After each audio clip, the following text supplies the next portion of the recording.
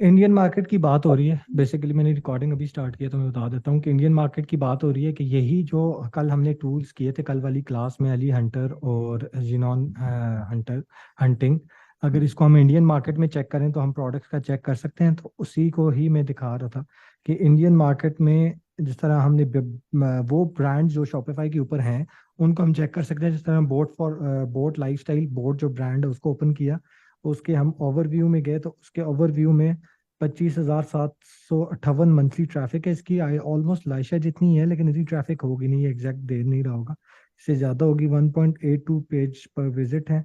और अगर मैं इसके ऊपर जाऊं तो इनके ये बेस्ट सेलिंग्स भी आ गए हैं, ये सामने इनके बेस्ट सेलिंग प्रोडक्ट्स हैं। और इसके बेस्ट सेलिंग प्रोडक्ट को अगर हम कंपेयर करें कि चाइना में ये कितने के हैं, तो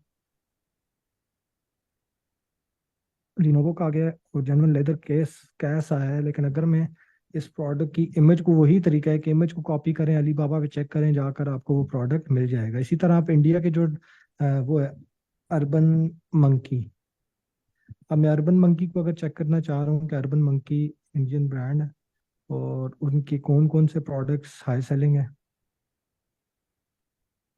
ये भी उसके ऊपर है, शॉपिफाई पे। ठीक है, एक 11,78,000 ट्रैफिक है, उसकी 30,000 थी बोर्ड की। इसकी 11,78,000 मंथली ट्रैफिक है, 5.22 पेजेस पर व्यू है। और इनके अगर मैं विनिंग प्रोडक्ट्स या हाई सेलिंग प्रोडक्ट्स देखूं तो ये है पैराडाइज शर्ट, सनग्लासेस, ये वाली कैप्स इनकी। कैप्स के स्टाइल भी आप चेक कर सकते हो कौन से इनके हाई सेलिंग कैप्स हैं। इसके अलावा अगर मैं इस प्रोडक्ट को चाइना में ढूंढना चाहता हूँ,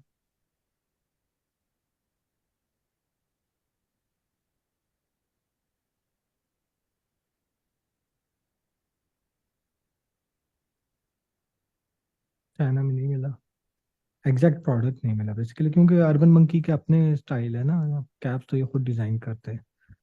तो ये भी मेरा बड़ा अच्छा फेवरेट ब्रांड है।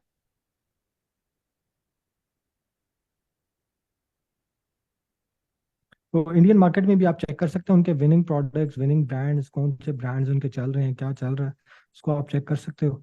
और ऑर्डर्स में अगर हम जाएं तो अभी इनका यूएम विजन, ये शर्ट ऑर्डर हुई है, डेली रिमाइंडर ऑर्डर हुई है, ये प्रोडक्ट्स इनके अभी रिसेंटली जो प्रोडक्ट्स ऑर्डर हुए हैं वो सारे भी यहाँ पे आ रहे होंगे। तो ये है जी, आप वाकई इसको इंडियन मार्केट में भी आराम सुकून से चेक कर सकते हो, वहाँ के जो प्रोडक्ट्स हैं वो उनका आइडिया लेकर फिर आप पाकिस्तान में ज़रा रिसर्च करके उसको लॉन्च कर सकते हो। ठीक है, अब ये तो आ गया कल वाली क्लास में हमने मेजरली डिस्कस किया था। क्लास स्टार्ट करते हैं, कितने बचे हैं?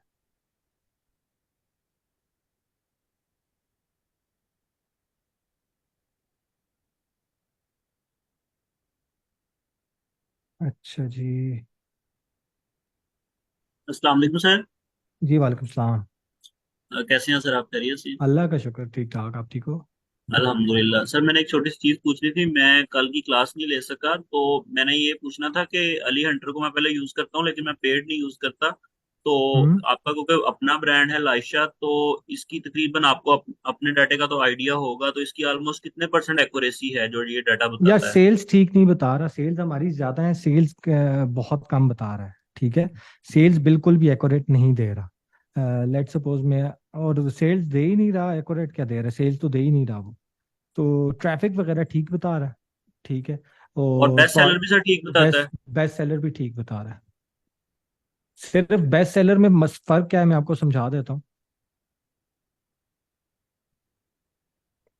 बेस्ट सेलर जो वो मेरा दिखा रहा है ना, वो बेस्ट सेलर दिखा रहा है बेसिकली मेरे, जब से मैंने लाइशा पे मैं समझाता हूँ आपको, मैं आपको लाइशा से समझाता हूँ क्योंकि उसका तो मुझे खुद पता है ना, तो मैं आपको एक एक चीज उससे बता देता हूँ। अब देखो, सिर्फ एक चीज याद रखना, जिस वक्त रिसर्च कर रहे हो ना, तो उस रिसर्च करते हुए सिर्फ एक चीज समझना,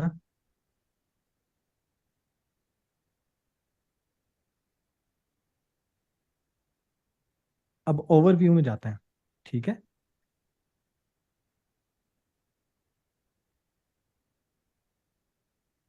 अब ये MF1 2 ईयर अगो कह रहा है, ठीक है। नजर आया ना आपको कि टू टू ईयर अगो का कह रहा है MF1, और ईयर अगो ये इसका कह रहा है, ग्लू का कह रहा है। नजर आ रहा है आपको? जी सर, आ रहा है। अच्छा। अब मेरी MF1 जो है ना, ये 2 ईयर अगो क्यों कह रहा है कि 2 साल पहले शायद मैंने ना इसकी, 2 साल क्यों कह रहा है ये, कम से कम इसको शॉपिफाई पे, हाँ मेरे ख्याल है 2 साल पहले इस वाले अकाउंट पे मूव हुआ। पहले हम शॉपिफाई चला रहे थे लेकिन दूसरे अकाउंट पे चला रहे थे, ठीक है। अब ये सर दो ये साल पुराना। क्रिएट एट बता रहा है ना कि कब ये क्रिएट हुई है। हाँ लेकिन MF1 में इस वाली थीम के ऊपर तब क्रिएट हुई है ना, जो अभी वाली हमारा अकाउंट चल रहा है।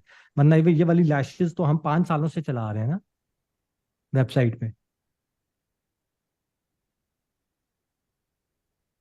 समझे? मैं 2 साल पहले मैंने अकाउंट, ये वाला शॉपिफाई अकाउंट अपना चेंज किया था ना, जो हम पहले यूज करते थे उसे चेंज करके अपने वाले इस वाले अकाउंट पे मूव किया था। तो इस वाले अकाउंट का ही जो अभी लायशा का अकाउंट है, ये उसका बता रहा है उसकी, क्योंकि ये तो शॉपिफाई से डेटा लेता है ना, तो उस शॉपिफाई का डेटा, वो डेटे से वो चीजें बता रहा है कि ये इस वाले पे 2 साल पहले आए थे। ये वाला प्रोडक्ट है, फिर इसका ईयर अगो ये हमने रिसेंटली लॉन्च किया था। फिर MF2 ये भी 2 साल पहले, 2 साल पहले ये हमारी 1 साल पहले आई। समझाना मैं ये चाह रहा हूँ कि MF1 मेरा विनिंग प्रोडक्ट है, लेकिन MF1 जो है वो 2 साल से लॉन्च हुआ हुआ है मेरी वेबसाइट पे। इस वजह से, और इस वजह से इसकी सबसे ज्यादा सेल्स हैं मेरे इस वाले शॉपिफाई अकाउंट पे, ठीक है। MF1 टोटल, लेट सपोज 2 साल पहले मैंने MF1 भी डाली, MF2 भी डाली, MF3 भी डाली। ये 2-2 साल हैं सारे, MF4, MF6, ये सारी मेरी वो लैशेज है मैंने।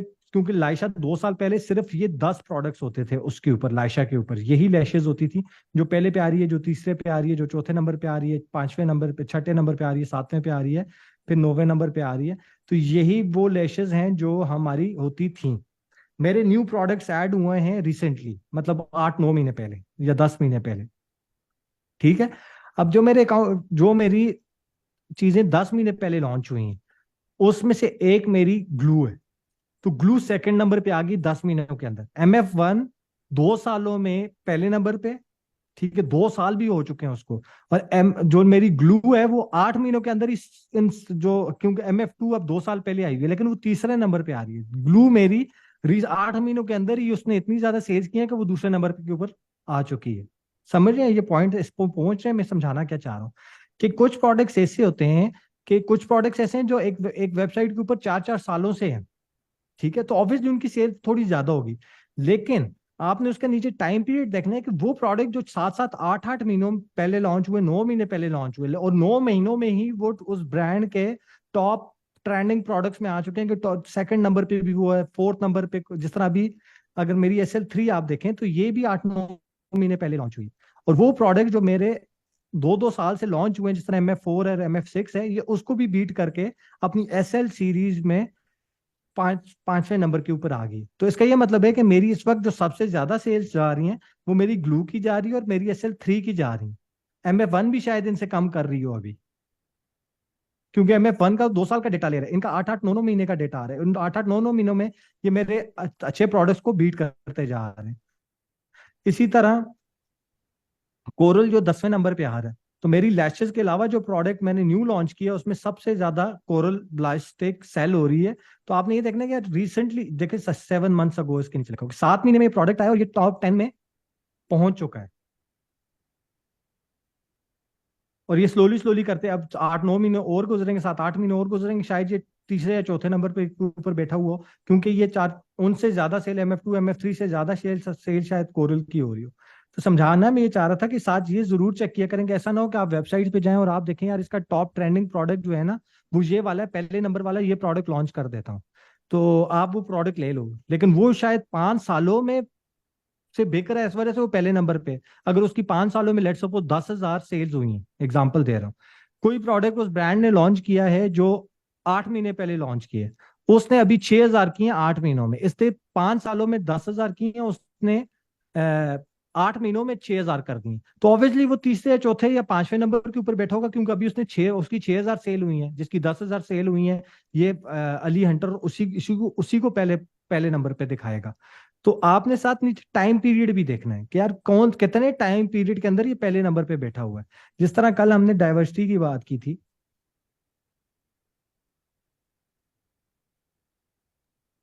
सर इसमें एक वो चीज वाला पूछनी है। प्रोडक्ट शायद फिर मैं इसका आंसर दे दूं, फिर मैं आपकी इस बात सुन लेता हूँ।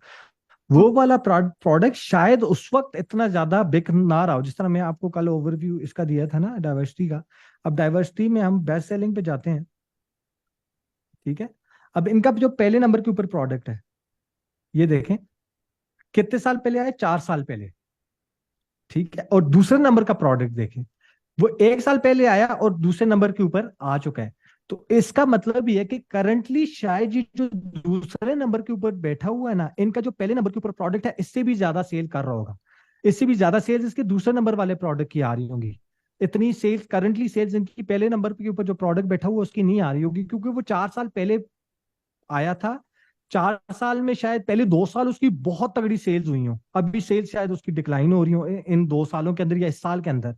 लेकिन अभी करंटली एक प्रोडक्ट उनका ऐसा है कि जो इन सारे प्रोडक्ट्स को जिस तरह और कौन सा ऐसा प्रोडक्ट है कि जो इनका, अच्छा इनके अब ये देखें, ये 1 साल पहले आया दूसरे नंबर पे बैठा हुआ है, ये भी 1 साल पहले आया दूसरे नंबर के ऊपर बैठा हुआ है, ये 9 महीने पहले आया चौथे नंबर के ऊपर बैठा हुआ है, ये 5 महीने पहले आया पांचवें नंबर के ऊपर बैठा हुआ है, ये प्रोडक्ट 4 महीने पहले आया। तो ये इनके अभी करंटली जो विनिंग प्रोडक्ट्स हैं, अगर मैं करंटली सिनेरियोज को देखकर विनिंग प्रोडक्ट्स लॉन्च करूंगा, अगर मैं डाइवर्सिटी से देख रहा हूँ, तो मैं इस प्रोडक्ट पे मेरी नजर होगी कि ये वो प्रोडक्ट है कि जो 5 महीनों में ही इतना सेल हो रहा है इनका, कि इनके 670 प्रोडक्ट्स हैं। इनके टोटल प्रोडक्ट्स ये देखें ओवरव्यू में, इनके कितने प्रोडक्ट्स हैं, 267 प्रोडक्ट्स हैं। उन 267 प्रोडक्ट्स में से जो प्रोडक्ट अभी करंटली सबको बीट करके ऊपर आया है वो ये वाला प्रोडक्ट आया है, पांचवें नंबर वाला और छठे नंबर वाला। दोनों जगह पे सेम मतलब सेम डिफरेंट कलर के साथ सेम प्रोडक्ट खड़ा हुआ है। इसके अलावा इस प्रोडक्ट को भी मैं इसके ऊपर भी रिसर्च करूंगा, अगर मैं डाइवर्सिटी को अपना कंपटीशन समझता हूँ तो। इसके अलावा ये 7वें नंबर वाला 2 साल पहले आया है, तो अभी शायद इसकी सेल्स इतनी ज्यादा ना हो। ये 10 महीने पहले आया है। ये 4 साल पहले आया तो 9वें नंबर पे आया। अब जो 4 साल पहले आया उसको भी ये 5 महीने वाला प्रोडक्ट उसकी भी सेल्स को compete करके उसको भी पीछे छोड़ के पांचवें नंबर के ऊपर खड़ा हो गया। तो ये शायद पहले 2 साल 3 सालों में बड़ा बिकता हो, अभी इतना ना बिक रहा हो, लेकिन पहले 2-3 सालों में जितनी सेल्स कर चुके हो उसका नंबर इतना बड़ा है, इसी वजह से अभी तक ये 9वें नंबर पे है, उस नंबर को कोई बीट नहीं कर सका। तो पॉइंट मेरा समझ रहे हैं आप, मैं समझाना क्या चाह रहा हूँ कि टाइम पीरियड को साथ जरूर नजर में रखना है आपने।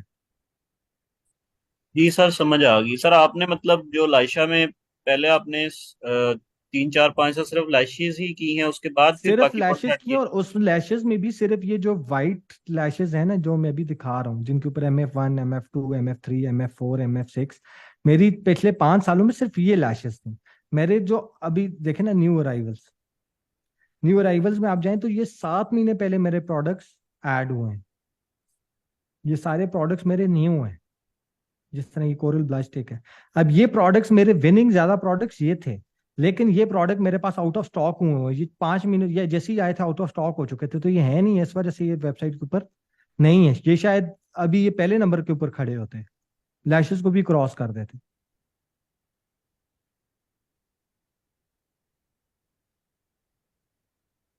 तो सर जी टाइम पीरियड साथ जरूर देखना है आपने।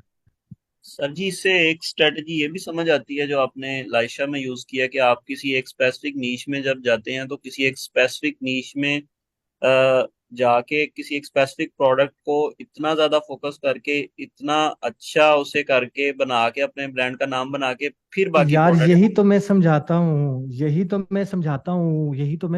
हूँ, मैं मेरी ट्रेनिंग का मेन मकसद ही तो ये है। मैं वाइट ट्रेनर हूँ जो सिर्फ बात इसी पे करता हूँ। मैं यही तो कहता हूँ, ये जितने बच्चे वाइट लेवल छोड़कर मेरी ट्रेनिंग के लिए आए ये इसीलिए तो आए। मैं यही तो समझाता हूँ कि आपने नीश पे फोकस करना है।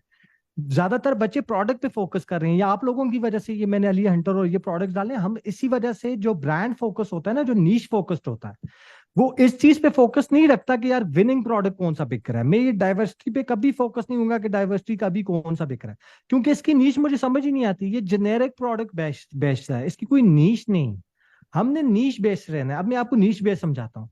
ये लाइशा नीश बेस है, ठीक है। मेरा पहला प्रोडक्ट आया, मैंने लैशेस प्रॉपरली लॉन्च की, कम इन्वेस्टमेंट के साथ एक ब्रांड खड़ा किया, उसमें खुद को ग्रोथ देना स्टार्ट की।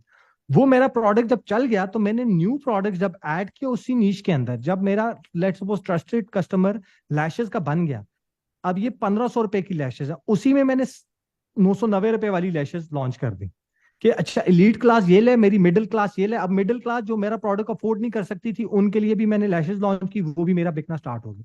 फिर मैंने उसी नीश के अंदर मेकअप के कॉस्मेटिक्स के अंदर ही रहकर मैंने स्टिक्स लॉन्च कर दी, ब्लश स्टिक्स लॉन्च कर दी। मुझे अलहदा से एडवर्टाइजमेंट करने की जरूरत ही नहीं है, अलहदा ब्रांड अलहदा स्टोर खड़े करने की जरूरत ही नहीं है। मैं एक ही ब्रांड के अंदर, एक ही स्टोर के अंदर, जिसका कस्टमर मेरा ट्रस्टेड कस्टमर एक प्रोडक्ट पे था, उसी को मैं मल्टीपल प्रोडक्ट्स उसी नीच के अंदर एंटर करता जा रहा हूँ और स्लोली स्लोली ब्रांड को स्केल करता जा रहा हूँ। अब जितने भी दुनिया में ब्रांड्स बने हैं, अभी आपके साथ में लॉन्च, ये देखें, इंडिया के जितने ब्रांड्स आप खोलें, जितनों को भी, जितना आप खोलेंगे ना, ये शार्क टैंक इंडिया देखेंगे, सीजन 1 देखें, आप सीजन 2 देखें, किन बंदों को इन्वेस्टमेंट मिली है? रैंडम प्रोडक्ट्स पे किसी को इन्वेस्टमेंट नहीं मिली। रैंडम प्रोडक्ट्स की कोई बंदा पेज देने नहीं आया, क्योंकि कोई भी बंदा रैंडम प्रोडक्ट्स वाला था वो पहले ही फिल्टर आउट हो गया, उसको हो गया होगा, पहले इंटरव्यूज में भी उसको बायर कर दिया हुआ है। वो ब्रांड्स आए हैं जो सिर्फ नीश स्पेसिफिक अपना ब्रांड खड़ा कर रहे हैं। ये शुगर कॉस्मेटिक्स है, इसने भी आईलाइनर और मस्कारा से स्टार्ट किया था, स्लोली स्लोली करते करते जैसे जैसे इसके प्रोडक्ट्स, मतलब इसकी सेल्स इंक्रीज होती गई, इसने नए प्रोडक्ट्स ऐड कर कर कर करके शुगर कॉस्मेटिक खड़ा किया। ये बोट वाला है, किधर गया बोट?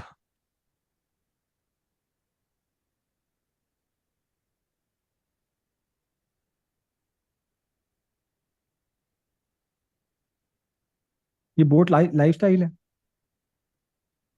इसके भी जितने भी प्रोडक्ट्स हैं, सिर्फ और सिर्फ म्यूजिक से रिलेटेड और ये वॉचेस हैं, ठीक है। इसके ऊपर इनका लिखा हुआ होगा कौन कौन सी कैटेगरीज हैं इनके पास, ये देखें। एक ही कैटेगरी के अंदर प्रोडक्ट्स हैं, कोई भी बोट है ही इन्हीं प्रोडक्ट से रिलेटेड, इसके अलावा ब्रांड ही नहीं है। अब मैं लेंस कार्ड पे आ जाता हूँ।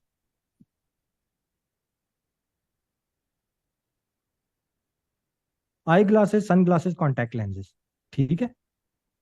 सेम नीश के अंदर, अपनी ही नीश के अंदर उसने ब्रांड खड़ा किया, वो उसी नीश के अंदर वो नए प्रोडक्ट्स ऐड करता जाते, एक ही नीश उनसे कवर्ड नहीं होती।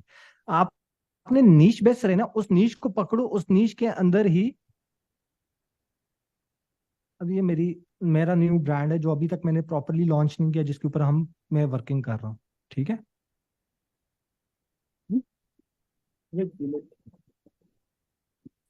आवाज आ रही है? जी सर, आ रही है। सर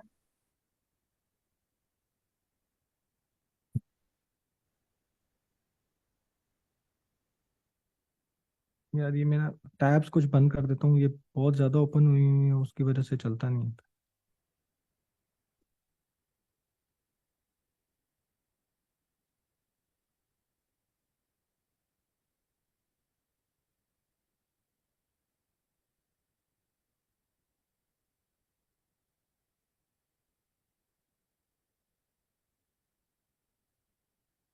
अब ये मेरा ब्रांड है, मेरा simple sunglasses, optical frames और लेंसेज, इसी के ऊपर मैंने काम करना है, इनके अलावा मैंने किसी चीज पे काम नहीं करना। अभी ये ओपन सही तरह नहीं हुआ, आप मेरी वेबसाइट जाकर देख लोगे। स्लोली स्लोली बिल्ड करूंगा, कम सेल से बिल्ड करूंगा, लेकिन अपने ब्रांड, अपने प्रोडक्ट के साथ, अपनी डिजाइन के साथ, इसी के अंदर रहकर मैंने प्रोडक्ट्स वगैरह लॉन्च करते जाना है और उन्हीं के साथ खेलते जाना है। तो आप सिर्फ एक नीश पकड़ लो, जो मैंने पहले समझाई थी, एक नीश पकड़ो, उस नीश में आप सब नीश पकड़ो, उस सब नीश के ऊपर अपना ब्रांड खड़ा करो, लेकिन अपने बिजनेस प्लान में डाल दो। हमने अभी तक बिजनेस प्लान प्रॉपर्ली डिस्कस नहीं किया, अगली क्लासेस में मैंने आपको बताना है कि बिजनेस प्लान कैसे बनता है, इन्वेस्टमेंट कैसे रेज होती है, ठीक है। इन्वेस्टर को पिच क्या करना है, अभी मैं उस चीज की तरफ नहीं आया। मैं लाइशा का पूरा आपको बिजनेस प्लान बताऊंगा, जिसके ऊपर मैंने ये लाइशा खड़ा किया हुआ है, जिसके ऊपर मैंने लाइशा पे 2 करोड़ रुपए की हमने इन्वेस्टमेंट रेज की थी रिसेंटली, 20 करोड़ की वैल्यूएशन पे लाइशा पे। तो 2 करोड़ मैंने कैसे रेस किया है, किस शीट से रेस किया है, क्या मेरा आइडिया था, मैंने स्टार्ट कैसे किया है, क्या किया है, क्या है, वो सारा बिजनेस प्लान हम डिस्कस करेंगे, और सेम प्लान आप लोगों ने फिर बैठकर बनाना होगा। कहने का मकसद ये है, मैं आप लोगों को यही तो समझाता हूँ। तो वाइट लेबल के काफी बच्चे मेरे पास इस क्लास में हैं, आप उनसे पूछ लेना, तो वो आपको बता देंगे कि वो उनके स्टोर 9 महीने स्टोर्स बंद हो रहे हैं, ट्रेनिंग में आए और ट्रेनिंग का हिस्सा बन रहे हैं। तो कहने का मकसद ये है कि आप लोगों ने सिर्फ फोकस रहना है उसके ऊपर, नीश फोकस रहो, सब नीश फोकस रहो, उस नीश के अंदर अपना प्लान बना लो कि यार मेरा पहला प्रोडक्ट ये होगा, इतने पैसे जब आ जाएंगे तो दूसरा प्रोडक्ट ये होगा, मेरा तीसरा प्रोडक्ट ये होगा। जिस तरह जीलेंजो पे मुझे पता है कि पहली मेरी 5 सन ग्लासेस है और 5 ऑप्टिकल फ्रेम्स है और मेरे 10 लेंसेज हैं, कलर्ड लेंसेज हैं, ठीक है। अगले प्रोडक्ट्स क्या होंगे मेरे, 5 न्यू स्टाइल ऐड करूंगा सन ग्लासेस में, 5 ऑप्टिकल फ्रेम्स में, और 10 में 5 एक न्यू कलर।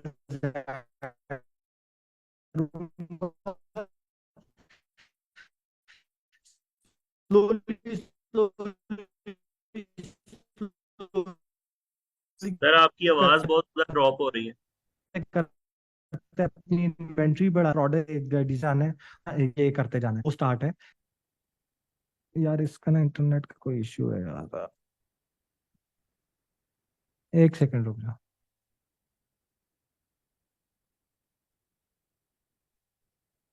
एक सेकंड रुकना, 1 सेकंड।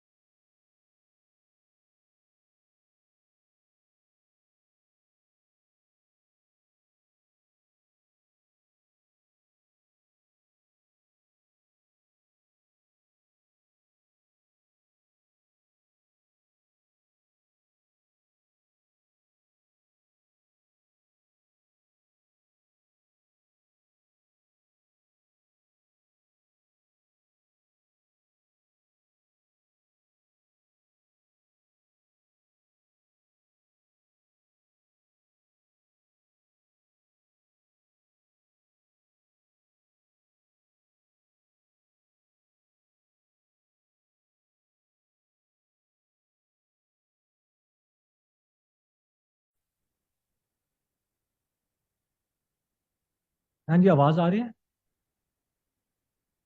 हेलो? हेलो? जी सर आ रही है। क्लियर है? जी सर। तो मैं ये बात ये कर रहा था कि हम जब बिजनेस प्लान बनाएंगे तो मैं आप लोगों को जो माइंडसेट मैंने देना है वो यही देना है, बेशक वाइट लेबल करो लेकिन एक ही नीश के अंदर रहकर उसी के अंदर रहकर करो, ताकि आपका ब्रांड उसी नीश के अंदर बनता जाए, लोगों को उसी नीश के बारे में पता चले।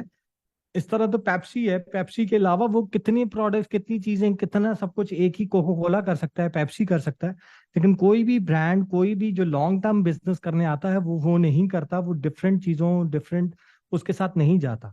तो अभी तो मैंने काफी काफी ज्यादा प्रेजेंटेशन बनाई हुई है बिजनेस प्लान में, फिर आगे फ्यूचर प्लान्स आपने कैसे सेट करने हैं। अभी इसके अलावा मैं आपको एक चीज और दिखा देता हूँ, आपकी असाइनमेंट भी मैंने तैयार की हुई है। सर स्क्रीन शेयर नहीं है आप। हाँ वो पहले मैं निकाल तो लूँ।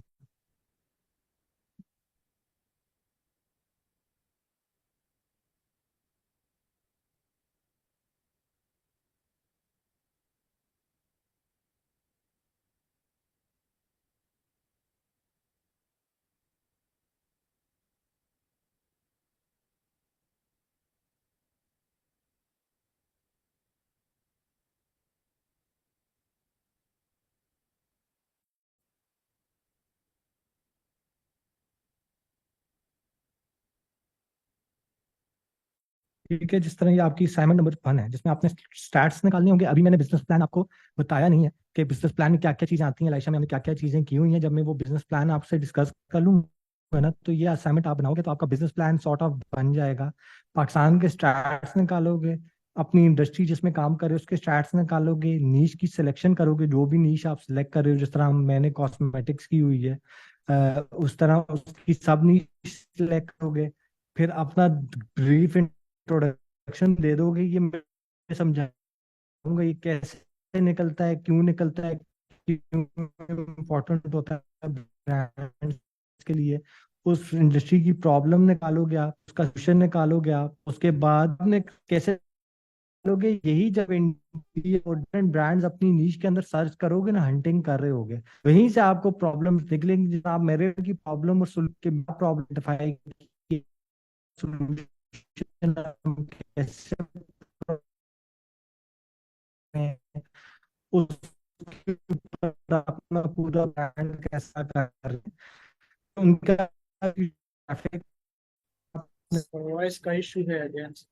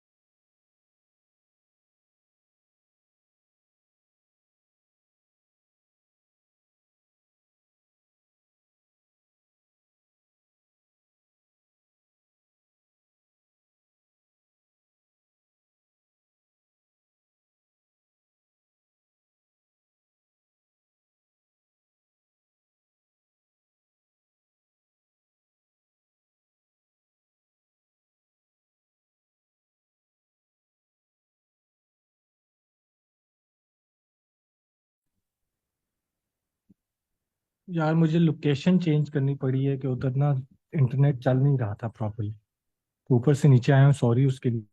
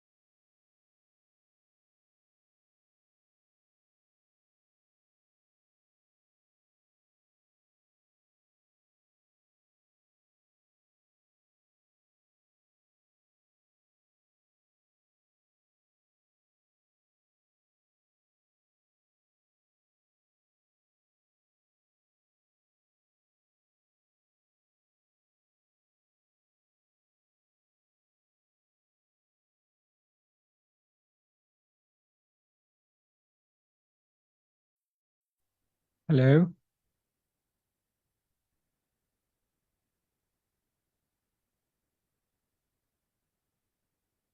हेलो जी, आवाज़ आ रही है? हेलो।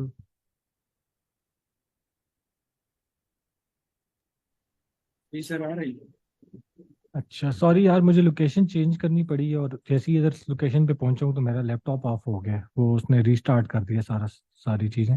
तो 5 मिनट लग गए। ये सारे उसमें मैंने ऊपर से एक फ्लोर से नीचे वाले फ्लोर आया हूँ कि ऊपर वाले फ्लोर पे वो नहीं चल रहा था इधर। लाइट भी थोड़ी सी कम है क्योंकि स्टूडियो मैंने ऊपर बनाया हुआ। खैर, सॉरी। तो मैं आपको असाइनमेंट दिखा रहा था। कितनी असाइनमेंट देखी थी अभी? बिल्कुल नहीं देखी थी।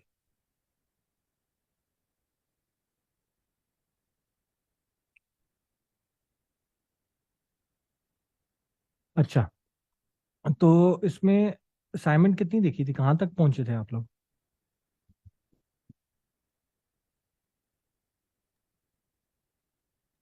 प्रॉब्लम ऑफ इंडस्ट्री का करते हैं। प्रॉब्लम ऑफ इंडस्ट्री हम वो डिस्कस करेंगे कि कैसी होती है, लाइशा में क्या थी, प्रॉब्लम क्यों ज़रूरी होती है। अगर आप शार्क टैंक इंडिया देखोगे तो उसमें एक एक पॉइंट प्रॉब्लम सर ज़रूर आप बताते हैं। शॉर्टली शुरू से बता सकते हैं, मेरा से नेट प्रॉब्लम से लेट आया। अच्छा, इसमें पाकिस्तान के स्टैट्स होंगे जो मेरी प्रेजेंटेशन से ही आपको मैं बताऊंगा जब ये असाइनमेंट दूंगा ना इंशाल्लाह। वैसे तो पिछली क्लास में मैंने सिक्स वाली क्लास में 6 वाले लेक्चर में दे दी थी और 8 लेक्चर तक बच्चों ने कंप्लीट भी कर दी थी। लेकिन आप लोग थोड़ा सा उसमें पीछे हो क्योंकि आप लोगों का साथ वाइट लेवल की भी चीज़ें कर रहा हूँ। पिछली क्लास सिर्फ और सिर्फ प्राइवेट लेवल पे थी। इसमें वाइट लेवल ड्रॉप शिपिंग और उन चीज़ों को भी कवर किए। पिछले वाली जो बैच था उनको मैंने हंटिंग जो थी वो इन चीज़ों से नहीं नहीं नहीं बताई थी, आप लोगों के लिए नहीं हुए। ब्रांडिंग में मैंने काफ़ी चीज़ें उनको सिर्फ लोगो और वेबसाइट उससे रिलेटेड ब्रांडिंग बताई थी। लोगो टैगलाइन से रिलेटेड आपको ब्रांडिंग मैंने डिटेल में समझाई है। और ये आप लोगों को एक्स्ट्रा दिया है जो पिछले बैच में नहीं था। तो इस वजह से आप लोग 8th क्लास में पहुंचे लेकिन अभी तक आपको असाइनमेंट नहीं मिली। उनको 5th क्लास तक असाइनमेंट मिल चुकी थी क्योंकि आप लोगों की एक एक चीज़ में डिटेल में जा रहा हूँ। तो इस वजह से मैंने नहीं दी। तो ये असाइनमेंट जब आपके पास आएगी इंशाल्लाह 9th क्लास में, हम ये पहली पहली क्लास में मैं दे चुका हूँ ये असाइनमेंट। अगली जो क्लास आ रही है, ये 8th क्लास है ना आज, ये 8th क्लास है, कोई कंफर्म कर सकता है? जी सर। 8th है, 9th है, मेरा ख्याल है 8th ही है, हाँ 8th क्लास है। तो पाकिस्तान के स्टैट्स हम वो जो ये मैं बताऊंगा कहाँ से निकाले हैं, मेरी वाली स्लाइड में आपको पाकिस्तान के स्टैट्स मिलेंगे, वो डालने हमने। फिर इंडस्ट्री के स्टैट्स, जिस इंडस्ट्री में हम काम कर रहे हैं उसके स्टैट्स डालेंगे, या आप खुद निकालोगे। नीश की सिलेक्शन आप कर लोगे, किस नीश के अंदर जा रहे हो, इलेक्ट्रॉनिक्स के अंदर जा रहे हो, कॉस्मेटिक्स और ब्यूटी केयर वाली इंडस्ट्री में जा रहे हैं, हम टॉयज वाली कैटेगरी में जा रहे हैं। इसके अलावा जो बिक रहा था पाकिस्तान में, इलेक्ट्रॉनिक्स थी और चौथी कौन सी थी, फैशन वाली इंडस्ट्री में जा रहे हैं। कौन सी इंडस्ट्री में जा रहे हैं? वही जो 6 इंडस्ट्रीज थी वो सिलेक्ट करेंगे, उनमें से सब नीश हम एक सिलेक्ट करेंगे। फिर उनकी डिस्क्रिप्शन बताएंगे कि हमारी हम इस वाली इंडस्ट्री में क्यों आए हैं, हमारा एंड गोल क्या है, 3 सालों में इस इंडस्ट्री में क्या क्या प्रोडक्ट्स लॉन्च करना चाह रहा हूँ, इससे क्या मैं लेना चाह रहा हूँ। ये जब मैं अपना बिजनेस प्लान आपके सामने खड़ा करूंगा, बताऊंगा लाइशा का बिजनेस प्लान, तो उससे आपको काफी हेल्प मिल जाएगी कि आपने इसमें क्या डालना होता है। फिर प्रॉब्लम ऑफ इंडस्ट्री में मैं उसी में समझाऊंगा क्या होता है, सोल्यूशन कैसे निकालना होता है वो भी बताऊंगा, आप अपने ब्रांड के थ्रू सोल्यूशन कैसे प्रोवाइड करोगे। इसके अलावा कंपटीशन का पूरा एनालिसिस, ब्रांड का नाम क्या है, उसकी फेसबुक फॉलोइंग कितनी है, उसकी इंस्टा फॉलोइंग कितनी है पाकिस्तान में, ठीक है। लेट्स सपोज लाइशा के जो भी कॉम्पिटिटर्स हैं उनका नाम क्या है, उनका फेसबुक की फॉलोइंग क्या है, उनकी इंस्टा फॉलोइंग क्या है, पहले मैंने ये लिखना है, आपने भी ये लिखना है। फिर उसमें उनकी वेबसाइट की ट्रैफिक कितनी है, उनकी टारगेट ऑडियंस क्या है, उनकी ऑडियंस की क्लास क्या है, किस क्लास को वो टारगेट करते हैं, ये कंपटीशन से रिलेटेड ये डेटा डालोगे, 8 से 10 कॉम्पिटिटर्स का डालोगे। फिर आप 3 प्रोडक्ट्स ऐड करोगे अपनी सब नीश के अंदर, जिस तरह लाइशा में पहले लैशेज है, दूसरे नंबर के ऊपर ब्लश टिंट्स हैं, तीसरे नंबर के ऊपर ब्लश स्टिक्स हैं, फिर लिक्विड लिपस्टिक है, फिर लिप ग्लॉस है। फिर तो आपने अपने 3 प्रोडक्ट जो आपने, बेशक आप लॉन्च एक करोगे, लेकिन उसके बाद आपका दूसरा प्रोडक्ट क्या होगा, उसके बाद आपका तीसरा प्रोडक्ट क्या होगा, वो थोड़ा सा उनके टॉप 10 जो कॉम्पिटिटर्स के पास वो प्रोडक्ट है उनकी डिटेल डालोगे। क्या डिटेल डालोगे?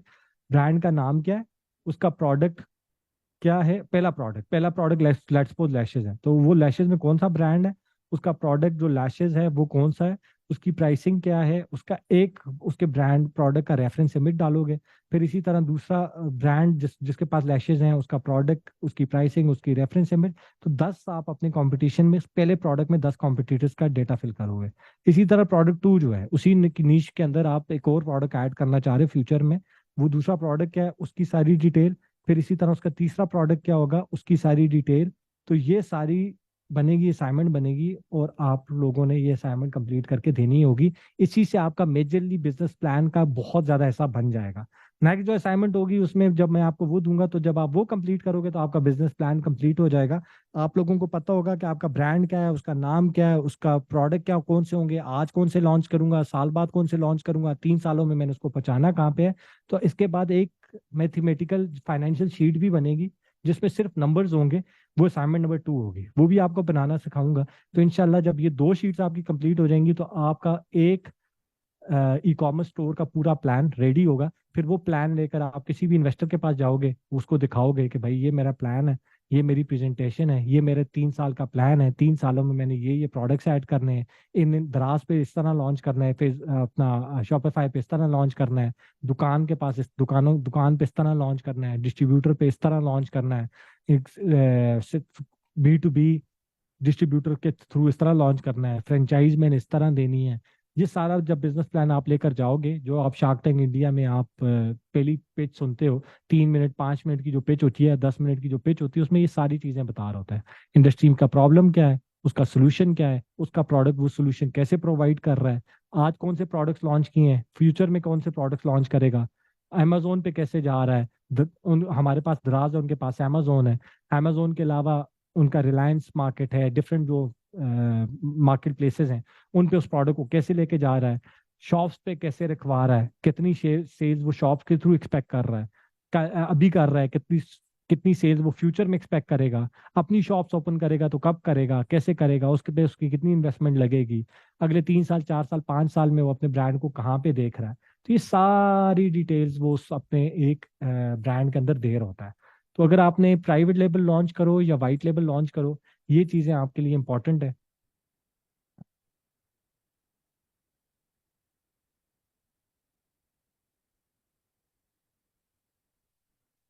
तो ये सारी चीज़ें आपने उसमें डालनी है। और ये असाइनमेंट नंबर 1 होगी, फिर असाइनमेंट नंबर 2 पे आएंगे, फिर असाइनमेंट नंबर 3 पे आएंगे। 3 जो होगी वो डिजिटल से रिलेटेड होगी, शायद 2 ही हो आपकी, 2 ही काफ़ी होंगी आपको, आप लोगों के लिए। उससे आपका पूरा बिजनेस प्लान बन जाएगा। तो प्रेजेंटेशन पे वापस आता हूँ। हम थे, ये बिजनेस प्लान की प्रेजेंटेशन आगे निकल आए हूँ, लेकिन मैं आपको बता दूंगा उसमें ये सारी चीज़ें आपके बिजनेस प्लान में होंगी। ब्रांड का ओवरव्यू क्या है, स्टोरी ऑफ ब्रांड क्या है, फाउंडर्स कौन है, industry review with stats, industry का डेटा डालोगे आप, प्रॉब्लम और मार्केट गैप डालोगे आप, सोल्यूशन डालोगे आप, टारगेट मार्केट डालोगे, मार्केटिंग के 4 Ps डालोगे, कॉम्पिटिटर्स डालोगे, 3 ईयर फाइनेंशियल प्लान डालोगे, प्रोडक्ट हंटिंग एंड सोर्सिंग का एग्जीक्यूशन प्लान डालोगे, कैसे प्रोडक्ट ले रहे हो, कहाँ से ले रहे हो, कितने में ले रहे हो, कितने में बेचोगे। ये शीट भी बनेगी, ये भी मैं आपको अगली क्लास में समझाऊंगा। फिर गो टू मार्केट स्ट्रैटेजी की टाइमलाइन बनाओगे कि हम मार्केटिंग करने जा रहे हैं, इस प्रोडक्ट को शॉपिफाई के थ्रू बेचने जा रहे हैं, लेकिन हमारे बजट्स क्या होंगे, हमारे पास इन्फ्लुएंसर्स कौन कौन से होंगे, हमारे पास प्रोडक्ट की फोटोग्राफी कैसे होगी, वीडियोग्राफी कैसे होगी, एड्स कैसे होंगे, वो एड्स कैसे रन होंगे, पूरे महीने में कितना बजट स्पेंड करना है मैंने, वो क्या क्या उसका एक आप टाइमलाइन बनाओगे कि मेरी मार्केटिंग में उतरने की क्या स्ट्रैटेजी है, मार्केट में प्रोडक्ट लॉन्च करने की स्ट्रैटेजी क्या है। फिर मार्केटिंग प्लान, वही आपका जो मार्केटिंग प्लान है कि website, social media marketing, influencer marketing, product photography and videos, ये वही गो टू मार्केट स्ट्रैटेजी के अंदर आएगा। पहले स्ट्रैटेजी बनेगी, उस स्ट्रैटेजी के ऊपर ही आपका मार्केटिंग प्लान बनता है। फिर मार्केट प्लेसेस पे कब जाना है आपने, रिटेल प्लान, रिटेल पे कब जाना है आपने, लॉन्च कब करना है आपने, कैसे करना है, क्यों करना है, और उसको फिर ब्रांड को स्केल कैसे करना है। तो ये एक बिजनेस प्लान कैसा होता है जो कोई भी इन्वेस्टर मांगता है आपसे, ये कैसे बनेगा, ये हम मेजरली मैंने आपको बेसिक बेसिक बेसिक चीजें बताई हैं। अब हम स्लोली स्लोली जो होगा वो उसकी तरफ जा रहे होंगे, क्या कहते हैं इसको, थोड़ा ये समझ लें कि एक्सपर्ट चीज़ों की तरफ जा रहे होंगे। अभी सिर्फ बेसिक बेसिक बेसिक डेटा आपको दे रहा था, मेन चीज़ें जो होंगी वो 9-10 क्लास से स्टार्ट होंगी। अच्छा, अब प्रोडक्ट हंटिंग मैंने आपको बता दी थी, 3 तरीकों से सिर्फ हंट करने का तरीका, टूल्स के थ्रू। अब प्रोडक्ट हंटिंग अगर आपने करनी है लोकल मार्केट में जाकर, आपने वेबसाइट के किसी वेबसाइट की के थ्रू नहीं करनी, आप अली बाबा के थ्रू नहीं करना चाह रहे, आप लोकल मार्केट में उतर के प्रोडक्ट हंट करना चाह रहे हो, प्रोडक्ट आपने सेलेक्ट कर लिया है, ठीक है, ये उसके बाद की हंटिंग। कि लेट सपोज आपने स्पाइंग कर दी, सब कुछ कर दिया, अपना प्रोडक्ट आपने सिलेक्ट कर लिया, उस सिलेक्ट करने के बाद आपने टेस्ट करना है कि भाई ये सैंपल देखने हैं, या आपने देखना है पाकिस्तान में ये कौन बेच रहा है, या कहाँ से मिलेगा, कैसे मिलेगा। तो उसका तरीका मैं अब आपको बता रहा हूँ। उसका तरीका ये है कि आपने सबसे पहले तो वो चेक करना है कि ये प्रोडक्ट लोकल मैन्युफैक्चरर से मिल जाए। आपने उस इंडस्ट्री में, लेट्स सपोज कॉस्मेटिक्स है, कॉस्मेटिक इंडस्ट्री के मैन्युफैक्चरर से दोस्तों से पूछा, गूगल से पूछा, गूगल से जाकर उनके नंबर्स लिए, उनको कॉल्स की, उनसे डिटेल्स ली, उनसे कैटलॉग्स मंगवाए, उनकी वेबसाइट विजिट की, उधर से उनके नंबर्स निकाले, उनकी ईमेल्स निकाले, उनसे आपने बात की कि शायद ये प्रोडक्ट्स, उनके कैटलॉग मंगवाए, या उनसे डायरेक्टली कॉल पे बात की, उनके ऑफिस चले गए कि भाई लोकल मैन्युफैक्चरर कौन कौन ये प्रोडक्ट बना रहा है, क्या प्रोडक्ट बना रहे हैं, उनके कैटलॉग्स मंगवाओगे, आपको पता पता चल जाएगा कि वो क्या प्रोडक्ट्स मंगवा रहे हैं। जिस तरह क्लोथिंग में है, अगर कोई क्लोथिंग का ब्रांड लॉन्च कर रहा है तो वो चाइना से नहीं मिलेगा, उसको लोकल मार्केट से ही मैन्युफैक्चर ढूंढना पड़ेगा। तो वो फैसलाबाद जाएगा, या दोस्तों से पूछेगा, या वेबसाइट्स के थ्रू जाएगा, या लोकल मार्केट में जाएगा। फैसलाबाद जाएगा, एक एक डिफरेंट डिफरेंट लोगों से मिलेगा, डिफरेंट कंपनीज के पास जाएगा, वहां से उसको डेटा मिलता जाएगा कि तगड़ा लोकल मैन्युफैक्चर कौन सा है, नॉर्मल कौन सा है, कपड़ा कितने का पड़ता है, कैसे पड़ता है, क्यों पड़ता है, क्या होता है, प्रोसेस क्या है। सफेद कपड़ा लेना है, फिर उसका के ऊपर उसको डिजाइन देना है, वो डिजाइन उसके ऊपर प्रिंट होगा, या जो भी उसका प्रोसेस है वो प्रोसेस समझना है उसने, तो उसको लोकल मार्केट में उतरना पड़ेगा। दूसरा ये है कि लेट सपोज आप ये चाहते हो कि यार चाइना से प्रोडक्ट नहीं मंगवाना, मैंने लोकल मार्केट से ही प्रोडक्ट उठाना है, तो फिर लोकल मार्केट में डिफरेंट मार्केट्स हैं। जिस तरह लाहौर में शालमी है, सिर्फ लोकल मार्केट में मैं इस वजह से रिकमेंड नहीं करता लोकल मार्केट, कि लोकल मार्केट में प्रोडक्ट ही सी कैटेगरी का आता है। अगर आपने शालमी का प्रोडक्ट उठाकर ही लॉन्च करना है तो वो ऑलरेडी हजारों लोग सेल कर रहे होंगे, दुकानों पे भी बिक रहा होगा, क्योंकि ऑब्वियसली शालमी सिर्फ आपके लिए तो प्रोडक्ट नहीं लेकर आया जो शालमी में बैठा हुआ है, वो तो कितने लोगों को, डिस्ट्रीब्यूटर्स को, दुकानों पे, ई कॉमर्स वालों को वो प्रोडक्ट बेच रहा होगा। तो शालमी से नुकसान ये है, या लोकल मार्केट से उठाने का नुकसान ये है कि वो ऑलरेडी प्रोडक्ट काफी लोगों के पास होता है। प्रोडक्ट वो होना चाहिए, नीच वो होनी चाहिए, डिजाइन वो होना चाहिए जो आपका अपना हो, जो आपने खुद बनाया हो, जो आपने खुद ना भी बनाया हो, लेकिन वो प्रोडक्ट ऐसा हो कि जो पहले लॉन्च ना हुआ हो, वो पैकेजिंग पहले लॉन्च ना हुई हो। एग्जाम्पल दे रहा हूँ, हेड एंड शोल्डर भी शैम्पू बेचता है, यूनिलीवर के कितने ब्रांड्स हैं जो शैम्पू बेचते हैं, पीएनजी के कितने ब्रांड्स हैं जो शैम्पू बेचते हैं, लेकिन हर किसी ने अपनी शैम्पू की बॉटल डिफरेंट रखी हुई है। हर किसी ने अपने शैम्पू के अंदर डिफरेंट डिफरेंट यूएसपी के थ्रू टारगेट करता है। कोई कहता है ड्राइनेस नहीं होगी, कोई कहता है बाल घने होते हैं, कोई कहता है कि इसके थ्रू बाल सिल्की रहते हैं, कोई कहता है कि जी आपकी स्किन को फ्रेश रखता है, कोई कहता है कि जी इसमें नेचुरल प्रोडक्ट्स हैं। तो हर कोई डिफरेंट यूएसपी के साथ लेकर चलता है। इसी तरह आप कोई भी प्रोडक्ट लॉन्च करोगे उसकी एक यूएसपी होगी। अगर आपने लोकल मार्केट से उठा कर लेकर जाना है तो आप यूएसपी क्रिएट नहीं कर सकते। वही चीज जो आपको कोई और बेच रहा है वो आप ही बेच रहे होगे। ना पैकेजिंग डिफरेंट होगी, ना उसकी बॉटल डिफरेंट है, ना उसका प्रोडक्ट डिफरेंट है, ना उसका डब्बा डिफरेंट है, ना उसकी प्राइस आप कुछ अलग रख सकते हो। तो ई कॉमर्स करने का फायदा नहीं होगा, क्योंकि ऑलरेडी वो सी कैटेगरी के प्रोडक्ट्स बहुत ज्यादा बिक रहे हों।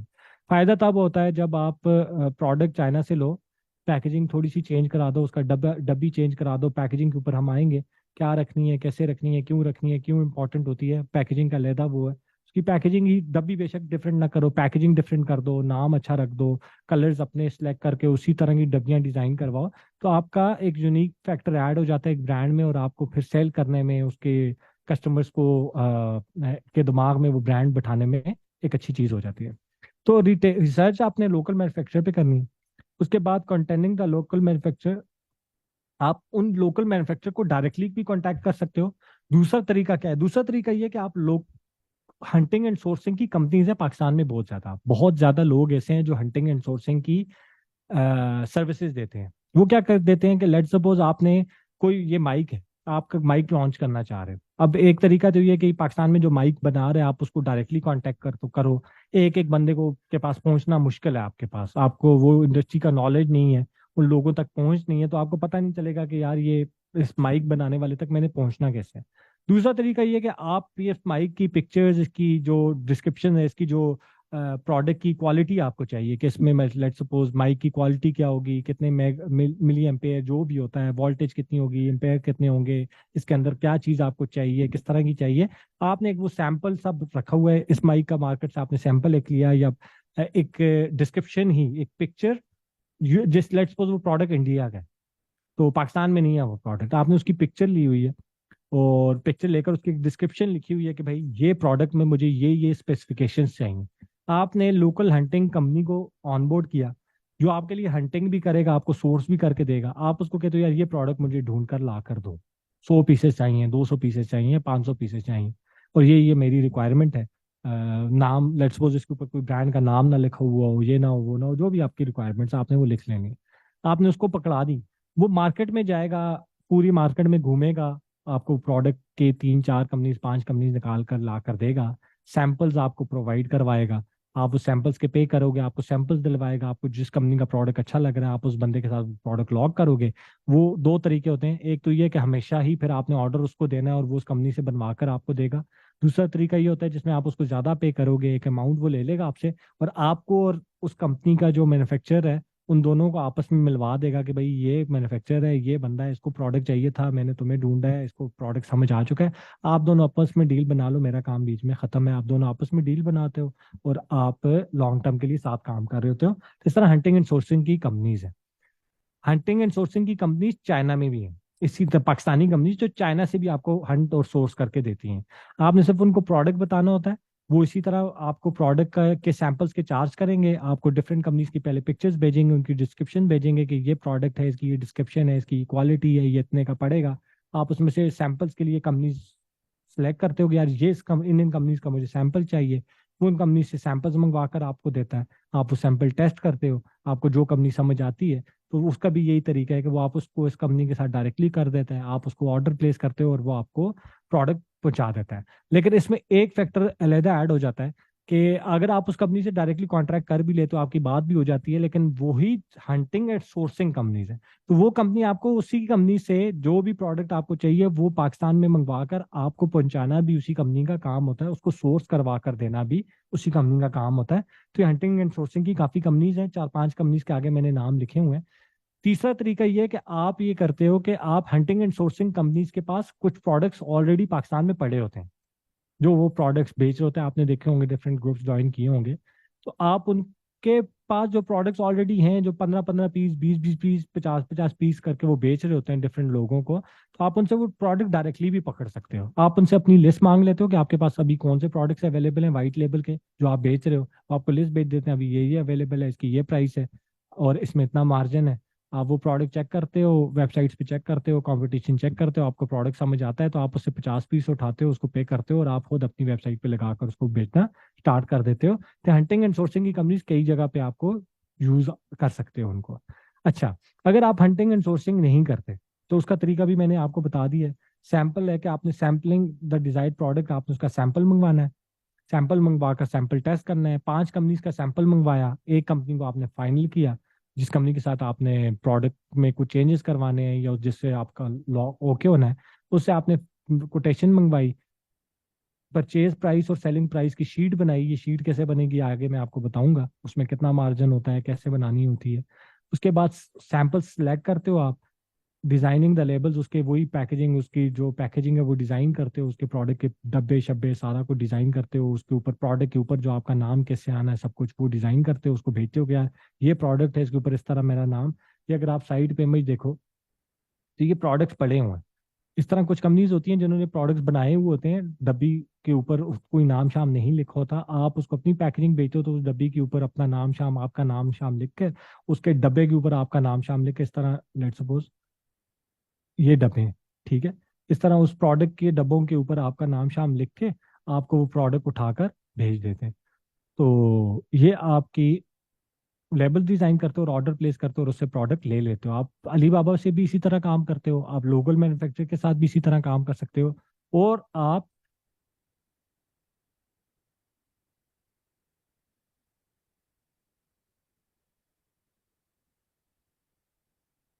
ये क्या है, एक सेकंड।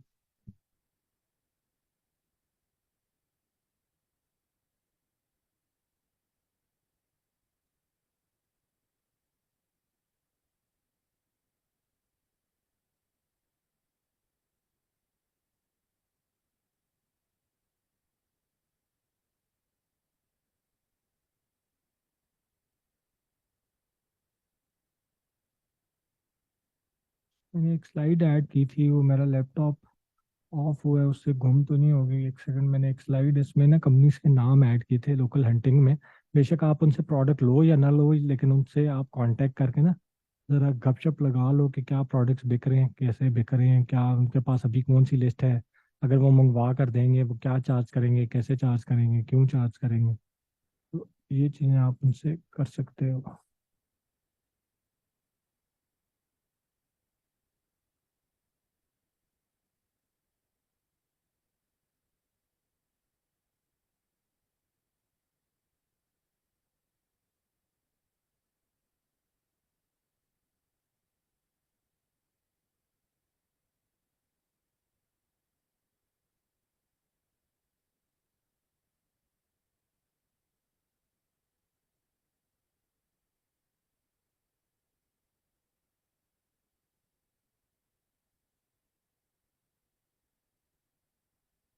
एक सेकंड यार, वो स्लाइड गायब होगी। मैं सिर्फ ना उस स्लाइड को ऐड कर दूं, नाम ही थे उसमें कंपनीज के, वो नाम लिख लेता हूँ ताकि आपको मिस नाम लिखो दिखा दूँ, आप उसके स्क्रीनशॉट ले लो, ठीक है।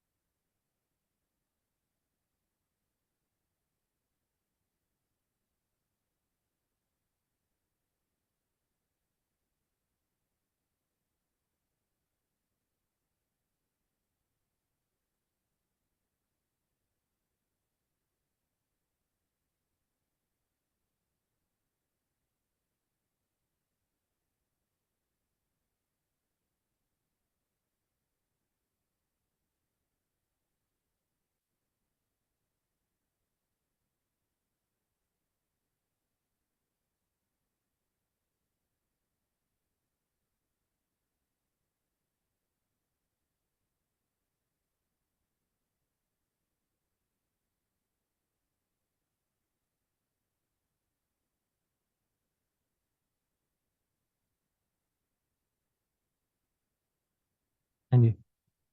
अच्छा, तो अगर आपने लोकली एक जिस तरह ये यूनिकॉर्न सोर्सिंग है, कितने लोग जानते हैं? ज़्यादातर शायद जानते ही होंगे यूनिकॉर्न सोर्सिंग वालों को, दोस्त ही हैं मेरे। ये जैन और उज़ैर को कौन जानता है?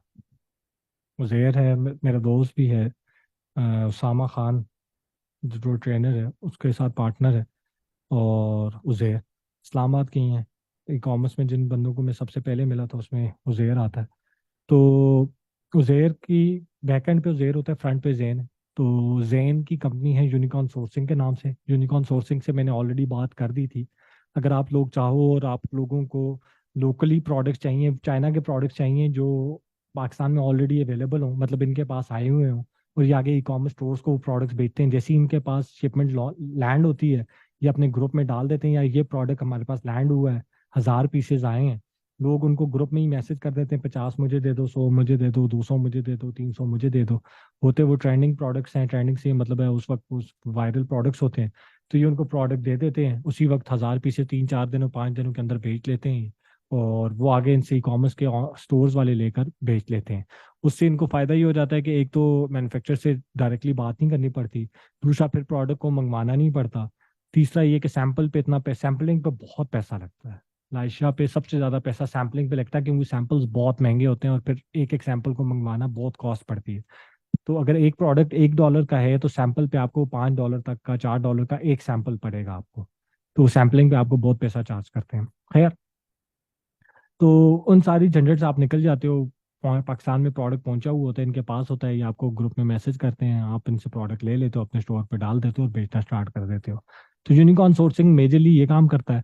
और इसके अलावा अगर आपको चाइना से कोई प्रोडक्ट मंगवाना है और आप इस हसल में नहीं पड़ना चाह रहे कि यार मैन्युफैक्चर से लेकर फिर पाकिस्तान पहुंचाना और कस्टम क्लियर कराना है ये वो, तो आप वो प्रोडक्ट इनको दे देते हो कि यार ये प्रोडक्ट मुझे चाहिए, ये उसकी पिक्चर है, ये उसकी रिक्वायरमेंट्स हैं। ये आपको चाइना से ढूंढ कर, ये डायरेक्टली कनेक्टेड है मैन्युफैक्चरर्स के साथ, ये आपको चाइना से ढूंढ के उसका मैन्युफैक्चर, उसका प्रोडक्ट, उसकी पिक्चर्स वगैरह आपको भेज देते हैं। सैंपल चाहिए होता तो सैंपल भी मंगवा कर दे देते हैं। आप वो प्रोडक्ट टेस्ट करते हो, उसके बाद आप इनको ऑर्डर प्लेस करते हो, या आपको मैन्युफैक्चर से वो प्रोडक्ट मंगवा कर पाकिस्तान पर इम्पोर्ट करा के आपको दे देते हैं। तो यूनिकॉर्न सोर्सिंग ये दो काम करता है। एक तो ये कि बना बनाया प्रोडक्ट आपको चाहिए, वो प्रोडक्ट आपको दे देगा। दूसरा, आपने प्रोडक्ट चाइना से मंगवाना है, मैन्युफैक्चरर से डायरेक्टली बात नहीं करना चाह रहे, या आप सबको उससे बात करके आपको प्रोडक्ट के सैंपल्स, मेरा ख्याल है सैंपल्स दिखाते हैं, मुझे नहीं पता कि सैंपल्स मंगवा के देंगे या नहीं देंगे, लेकिन हाँ आपको वो प्रोडक्ट चाइना से लेकर पाकिस्तान में सोर्स करा कर दे देंगे। दूसरी company hunting and sourcing company है। ये भी लड़का है, कराची का लड़का है, हैदराबाद का, नाम मेरे जहन से इसका निकल गया है, कोई किसी को याद हो तो मुझे बता दे। यंग लड़का है, 19-20 साल का, हमारी कम्युनिटी का ही है।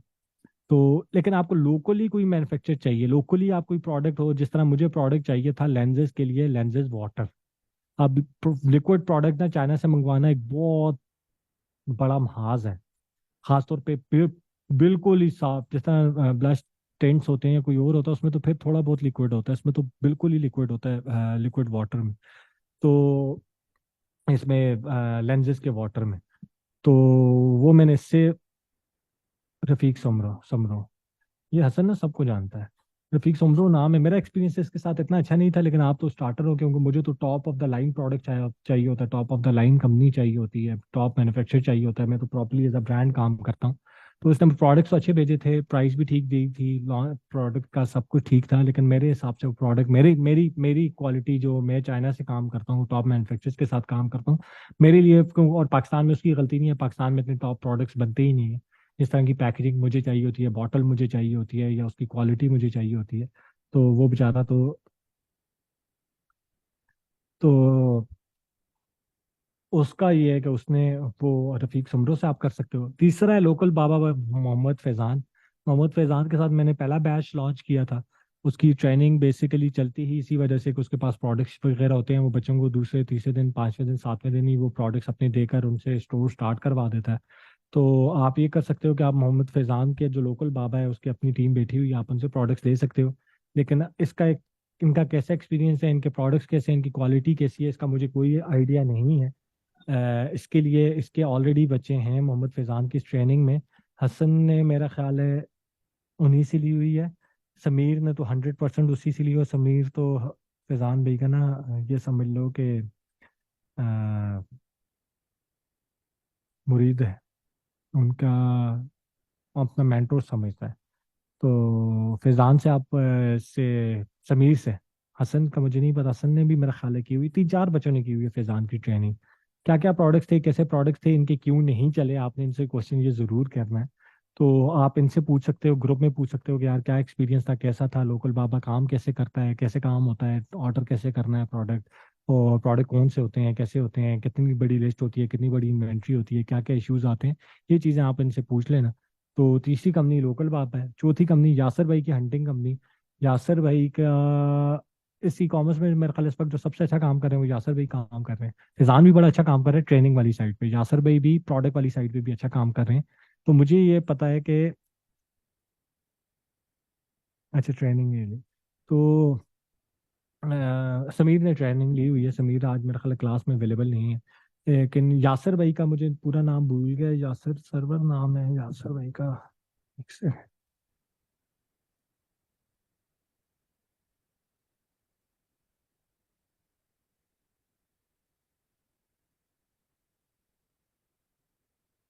यासर सरवर ही नाम है। हाँ जी, यासर सरवर ही नाम है। यासर भाई क्या है भाई, ट्रेनिंग अपनी भी होती है, यासर भाई के पास प्रोडक्ट्स भी होते हैं और अच्छे प्रोडक्ट्स होते हैं।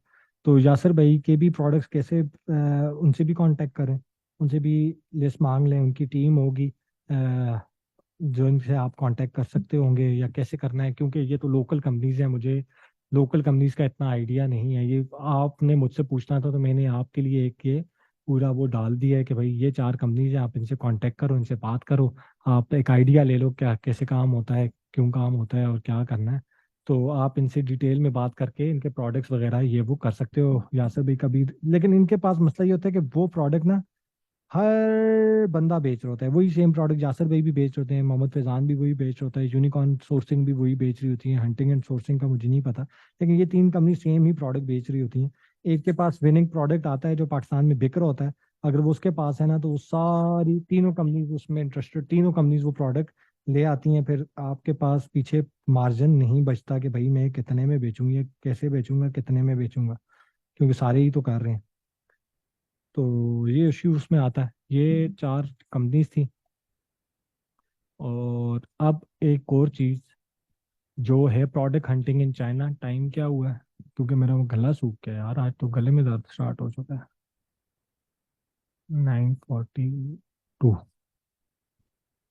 चलिए आखिरी स्लाइड है, इसको कर लेते हैं, क्योंकि आज से आगे ना हमारी प्रोडक्ट हंटिंग एंड सोर्सिंग खत्म हो जाएगा टॉपिक, पैकेजिंग हो जाएगा। पैकेजिंग से पहले मैं चाहता हूँ कि मैं आपको नेक्स्ट क्लास में बिजनेस प्लान बनाना सिखाऊं और आपको असाइनमेंट दे दूं। बिजनेस प्लान जरूरी है, उसके बाद हम पैकेजिंग पे आए।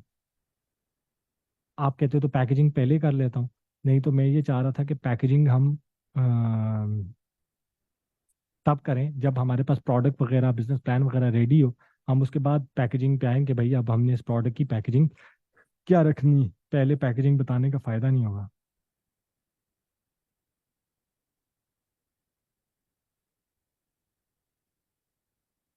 पैकेजिंग हम बाद में रखेंगे, डिटेल में करेंगे जब आपको प्रोडक्ट का, बिजनेस प्लान का, 3 ईयर फाइनेंशियल प्लान का, इन सारी चीज़ों का जब पता चल जाएगा तो तब हम पैकेजिंग पे आएंगे कि हाँ ली भाई ये प्रोडक्ट है, अब पैकेजिंग बताएं क्या होती है, कैसे होती है, तो तब हम पैकेजिंग पे बात कर लेंगे। ठीक।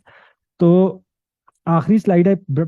मैंने ये आपको प्रोडक्ट हंटिंग चाइना में तो बता दी थी, सिर्फ इसमें एक चीज मैंने आपको नहीं बताई थी, वो ये कि 2 एप्लीकेशन और हैं, मेड इन चाइना और 1688। 1688 का इशू ये कि 1688 चाइनीज में है, लेकिन 1688 पे सिर्फ और सिर्फ मैन्युफैक्चरर बैठा हुआ है, जो प्रोडक्ट बनाता है वो अपना अकाउंट खोल के बैठा हुआ है। एजेंट्स आपको मिनिमम ना होने के बराबर मिलेंगे।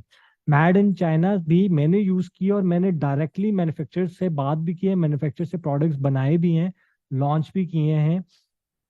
मेड इन चाइना पे भी आपको हर तरह का वो नहीं मिलेगा। अली बाबा पे आपको 90-95% आपको एजेंट्स मिलेंगे, 5% आपको, 6% या बहुत हुआ चलो 20-25%, 30% आपको कंपनीज मिलेंगी, लेकिन सेम कंपनीज के साथ आपको एजेंट्स भी बहुत मिलेंगे। वो खुद भी हैं और उनके एजेंट्स भी हैं। एजेंट्स इसलिए क्योंकि बहुत ज्यादा होते हैं तो इस वजह से आपको एजेंट्स बहुत ज्यादा मिलते हैं। मेड इन चाइना जिस मैन्युफैक्चर को मैं पहुंचना चाह रहा था और वो मुझे कोई भी अली बाबा के थ्रू नहीं मिल रहा था, वो मैन्युफैक्चर या उसका कांटेक्ट नहीं मिल पा रहा था, मैंने मैड इन चाइना के थ्रू उस मैन्युफैक्चर तक पहुंचा और मैं पहुंच चुका था फिर उस मैन्युफैक्चर तक, जैसे मैंने कॉन्ट्रैक्ट लॉक करना था एक क्लाइंट के लिए, मैंने एक प्रोडक्ट लॉन्च करना था, लेकिन उसके लिए मुझे वो स्पेसिफिक मैन्युफैक्चर चाहिए था। तो और 1688 तो ऐसा है कि अगर मेड इन चाइना, अगर आपको अली बाबा पे प्रोडक्ट मिलता है ना $2 का, तो 1688 पे आपको सेम प्रोडक्ट 50 सेंट 60 सेंट्स का मिलेगा। वो इतनी सस्ती है कि वो सिर्फ मैन्युफैक्चरर बैठा हुआ है। लेकिन इशू ये है कि उसके लिए आपको कोई चाइनीज दोस्त हो या जिसको चाइनीज समझ आती हो, क्योंकि इनकी समझ नहीं आती ये लिखा हुआ क्या है। प्रोडक्ट की प्राइस तो फिर समझ आ जाती है और होती भी वो चाइनीज करेंसी में है, लेकिन वो प्रोडक्ट समझ नहीं आता कि लिखा हुआ क्या है। तो 1688 जरूर ट्राई करना, और प्राइसेस बड़ी सस्ती हैं। कांटेक्ट कैसे करना है उनको, जो मैन्युफैक्चरर बैठा हुआ उसको फिर उर्दू इंग्लिश नहीं आती, मैं ये भी बता दूं, उसको आती फिर सिर्फ चाइनीज ही है। तो या तो उसको वी चैट पे लेके आ जाओ, नंबर लेकर किसी तरह कांटेक्ट करके, क्योंकि वी चैट के ऊपर आप इंग्लिश में भी बात करोगे उसके पास ट्रांसलेशन होकर उर्दू उसमें चाइनीज में चली जाती है। तो ये है 1688। उसके बाद आपने सर्च कैसे करना है अली बाबा पे मैंने आपको बता दिया है। मैन्युफैक्चरर को कांटेक्ट करना है, मैन्युफैक्चरर से आपने कैटलॉग मंगवानी है, कैटलॉग मंगवा कर उससे कोटेशन मांगनी है, और एमओक्यूज जरूर पूछने हैं आपने कि मिनिमम एमओक्यूज वो कितने ऑर्डर लेता है। सर्टिफिकेशंस अगर चाहिए तो वो ज़रूर आपने चेक करनी है, अपने प्रोडक्ट से रिलेटेड क्या सर्टिफिकेशंस हैं, लेंसेज हैं, सन ग्लासेस हैं, ऑप्टिकल फ्रेम्स होते हैं, जो इस तरह के प्रोडक्ट्स होते हैं जिसमें सर्टिफिकेशन ज़रूरी होती है। अगर नहीं भी है तो आप पाकिस्तान में अगर वो विदाउट सर्टिफिकेशन बिक रहे हैं और आप प्रोडक्ट लॉन्च करते हो, तो आप सर्टिफिकेशंस के साथ लॉन्च करो, ताकि आपका ब्रांड उस पर खड़ा होगा कि यार हमारा, आप रैंडम प्रोडक्ट की बात कर रहे हो, हमारे पास ये 4 किस्म की सर्टिफिकेशंस हैं इस प्रोडक्ट के लिए, के ऊपर हम ये 4 किस्म की सर्टिफिकेशंस हैं। ये इस वजह से हमारी क्वालिटी अच्छी है, क्योंकि हमारे पास ये रूल्स, ये आईएसओ रूल्स, या ये सी सर्टिफाइड और ये सर्टिफिकेशंस के साथ हम काम करते हैं। रैंडम हम प्रोडक्ट नहीं बेचते हैं जो आम मार्केट में बिकता है। तो सर्टिफिकेशन जरूर देखा करो कि आप जिस इंडस्ट्री में लॉन्च करना चाह रहे हो उसमें क्या क्या सर्टिफिकेशन होनी चाहिए, होती हैं या होनी चाहिए, और वो सर्टिफिकेशन वाले मैन्युफैक्चरर के साथ ही जाओगे तो एक ब्रांड की एक यूएसपी भी बन जाती है कि यार इसका हमारा सर्टिफाइड प्रोडक्ट है। जिस तरह वो ज्यादातर ब्रांड्स आपने देखा होंगे कि डॉक्टर्स का, इस वाले इदारे का सर्टिफाइड प्रोडक्ट, इस कंपनी का सर्टिफाइड ना, इस वाले सर्टिफिकेशन कंपनी से सर्टिफाइड ब्रांड है हमारा, जो टीवी पे एड्स चलते हैं। तो सर्टिफिकेशन से आपके एक ब्रांड में ना एक जान पड़ जाती है। Place order for samples, samples आपने ऑर्डर करने होते हैं। सैंपल्स आपने 20 मैन्युफैक्चरर से बात की, 20 से आपने कैटलॉग्स मंगवाए, 5 एक मैन्युफैक्चरर आपने लॉक किया जिसका आप सैंपल्स टेस्ट करना चाह रहे हो। उन करो 100 से बात करो, 5 कंपनी शॉर्ट करो, उन 5 से आप सैंपल्स मंगवाओ, उन सैंपल्स को टेस्ट करो, फिर और एमओक्यूज देख लो, उससे एक फाइनल कोटेशन मंगवा लो। एमओक्यूज देख लो किसमें मिनिमम पड़ रहे हैं, आपके पास कितना बजट है। लेट सपोज आप एक प्रोडक्ट लॉन्च करना चाह रहे हो जो है 2000 रुपए का, जो बिकेगा 2000 का, आपको एक कंपनी मिलती है जो 500 रुपए दे रही है प्राइस उस प्रोडक्ट की, एक 600 दे रही है, जो भी प्राइस 550 दे रही है। और टॉप 3 5 कंपनीज आपने निकाली जिनके प्रोडक्ट्स आपने टेस्ट करना चाह रहे हो, आपने टेस्ट किए, आपको पांचों में से 2 कंपनीज 3 कंपनीज ऐसी निकल गई जिनके प्रोडक्ट आपको पसंद आ चुके हैं और जिनकी क्वालिटी बड़ी अच्छी है, जो लोकल मार्केट से आप बड़ी अच्छी क्वालिटी उस प्रोडक्ट की दे रहे हो। अब आप ये करते हो कि उससे फिर आप 3 कंपनी से आप कोटेशन मांगते हो, एमओक्यूज की रीनेगोशिएट करते हो। एमओक्यूज का क्या मतलब है कि एक कहती है कि 6000 से मिनिमम ऑर्डर हम नहीं लेंगे, एक कहता है जी 3000 से मिनिमम नहीं लेंगे, एक कहता है 2000 से मिनिमम हम नहीं लेंगे। तो अब 2000 लेते हो, 500 रुपए का आपको प्रोडक्ट पड़ता है, तो 5 2 20, ये आपको 20 लाख रुपए आपको बनेंगे 2000 के ऊपर, 5 2 10, नहीं 10 लाख रुपए। अगर आप 2000, 10 लाख रुपए की इन्वेस्टमेंट लगी। अगर आप एक कंपनी कहती है हम 6000 से मिनिमम ऑर्डर नहीं लेते, 6000 मिनिमम क्वांटिटी आपने ऑर्डर करनी ही करनी है, तो 6000 मल्टीप्लाई बाय 2 कर लो, 500 कर लो, 6 5 30, तो आपकी 30 लाख रुपए की इन्वेस्टमेंट लगी। तो आपकी पॉकेट के ऊपर है कि आपने किस मैन्युफैक्चरर के साथ जाना है, किस एमओक्यू के साथ जाना है। सैंपल टेस्ट करने से पहले भी ये चीज चेक कर लो कि लेट सपोज उसकी मिनिमम क्वांटिटी, वो 6000 से मिनिमम क्वांटिटी दे ही नहीं रहा, आप उससे सैंपल मंगवा देते हो, सैंपल लॉक भी हो जाए, पसंद भी आ जाए, फायदा नहीं होगा, आप उतनी इन्वेस्टमेंट कर नहीं सकोगे। तो सैंपल्स भी उन्हीं से मंगवाओ जो आपकी एमओक्यूज के अंदर, आपकी क्वांटिटी के अंदर रहकर, आपकी इन्वेस्टमेंट के अंदर रहकर आपको वो फिजिबल पड़ रहा है कि हाँ यार ये कंपनीज हैं, 3 5 कंपनीज हैं, 6 कंपनीज हैं जिनके एमओक्यूज भी मुझे समझ आ रहे हैं, जिनकी प्राइसिंग भी मुझे समझ आ रही है, जिनकी क्वालिटी भी समझ आ रही है, सारा कुछ मुझे समझ आ रहा है। इन 5 का टेस्ट करता हूँ, जिनकी अच्छी क्वालिटी होगी उनके साथ में चला जाऊंगा। तो आप वो टेस्ट करके फिर उसके साथ प्राइस दोबारा रीनेगोशिएट करो, फाइनल प्राइस, और वो करके फिर आप उसे कॉन्ट्रैक्ट लॉक कर दो। फिर अपने डिजाइन द प्रोडक्ट लेबलिंग और प्लेस द ऑर्डर, अपनी पैकेजिंग आपने डिजाइन करनी है, उसको भेजनी है, वो सेम प्रोडक्ट्स के ऊपर आपकी पैकेजिंग और सारा डिजाइनिंग और वो करके आपको प्रोडक्ट भेज देगा। अगली क्लास में इंशाल्लाह हम प्रोडक्ट हंटिंग एंड सोर्सिंग करेंगे। कोई क्वेश्चन है तो आप बेशक पूछ लो।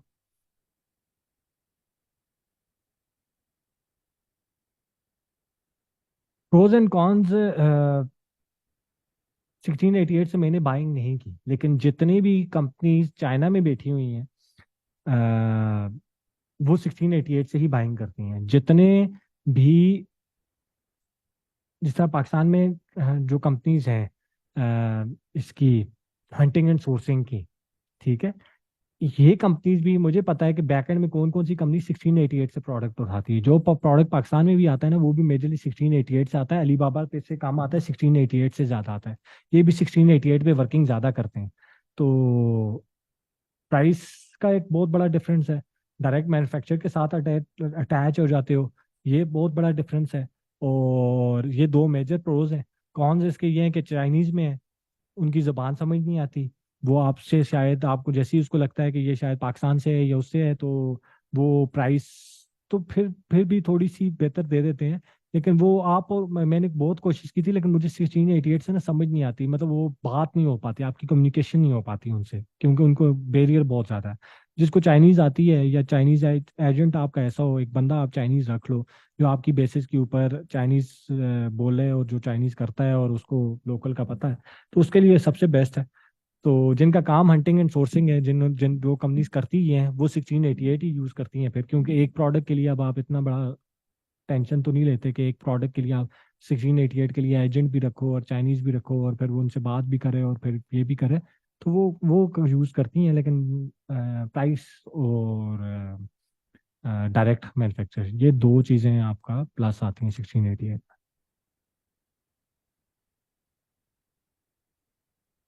नहीं भाई, 1688 अलहदा कंपनी। आप ये कह रहे हो कि आप प्रोडक्ट लो टेलीमार्ट से, ठीक है, और डिस्प्यूट जो है वो आप अली बाबा पे डाल दो। अच्छा, सिक्योर एज अली बाबा, मैं समझा आप कह रहे हो कि अली बाबा से यार 1688 पे डिस्प्यूट का कोई सिस्टम नहीं है।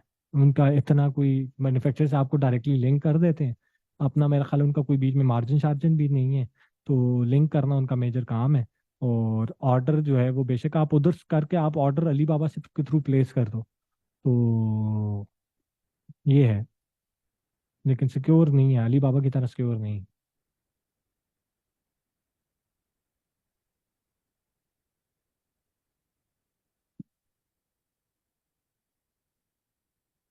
शायद हो भी, लेकिन मैंने जितनी टेस्ट की थी उसमें नहीं थी इतनी उनकी ना, टर्म्स एंड कंडीशन भी इतनी स्ट्रांग नहीं थी। और उसमें कोई इस तरह वेरीफाइड कंपनी और इस तरह के डेटा नहीं आ रहा होता, आपकी जो पैसे हैं वो सेफ रहेंगे, इस तरह के डेटा नहीं आ रहा होता। तो मैंने क्योंकि कोई ऑर्डर 1688 से प्लेस किया नहीं है, तो इस वजह से मुझे आइडिया नहीं है कि कितनी सिक्योर है, नहीं है, मेरे साथ कोई मसला हुआ है या नहीं हुआ। या आपको जो यूज़ करता है वही बेहतर बता सकता है। लेकिन ये तीनों प्लेटफॉर्म्स पे एक दफ़ा नज़र ज़रूर दोहरा लो, तो आइडिया हो जाएगा कि आपको कि यार क्या सीन है, कितना डिफरेंस आता है प्रोडक्ट्स में। अस्सलाम वालेकुम। वालेकुम सलाम जी हसन। शाली भाई, मैंने क्योंकि 1688 भी यूज़ किया था पहले जब मैं अमेजोन पे प्रॉपर काम करता था, तो अच्छा, काफ़ी मैन्युफैक्चरर ऐसे हैं जो अली बाबा पर भी होते हैं और 1688 पर भी होते हैं। ऐसे ही है, ऐसे ही है, तो हम ये जो हम उनसे बात कर लेते हैं वहाँ पे हमें कम प्राइस में मिल जाती ऐसे ही प्रोडक्ट, होता लेकिन है, अब ऑर्डर जो है वो अली बाबा पे हम प्लेस यही कर होता देते है, हैं, यही होता है, आपने करना ही होता है। लेकिन ज़रूरी तो नहीं है ये ना, जिस सिक्योर तरह हो अब जाता है। अब एक कंपनी थी, उसको मैंने उससे बात की अली बाबा पे, तो वो मुझे लेट्स सपोज एक प्रोडक्ट की प्राइस $2 दे रही थी। मैंने सेम कंपनी का नाम जब जाकर 1688 पे सर्च किया तो मुझे वो कंपनी वहां पे मिल गई। मैंने जब वहां पे बात की तो मुझे प्राइस मिल गई $1.5। ठीक है, जब 1.5 मिल गई और मैंने उससे यही यही बात की कि यार पेमेंट जो है मैं अली बाबा पे करूंगा, मैं आपको यहाँ पे नहीं करूंगा। तो उसने कहा कोई मसला नहीं, हमारा अली बाबा वाला अकाउंट है, आप उस पर कर देना, कोई मसला नहीं।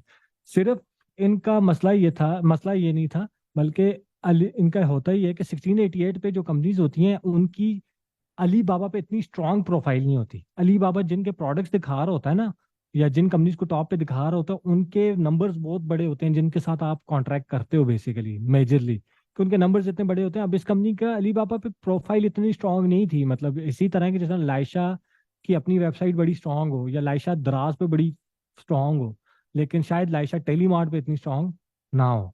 तो इन ये टेलीमार्ट पे वो जो 1688 पे बड़े स्ट्रांग थे, बड़ी कंपनी थी और बड़ा इनकी प्रोफाइल थी, लेकिन ये अली बाबा पे इतने स्पेंडिंग या इतना फोकस नहीं थे। सिर्फ अली बाबा से पेमेंट मैंने जाकर इनके अली बाबा वाले अकाउंट पे कर दी।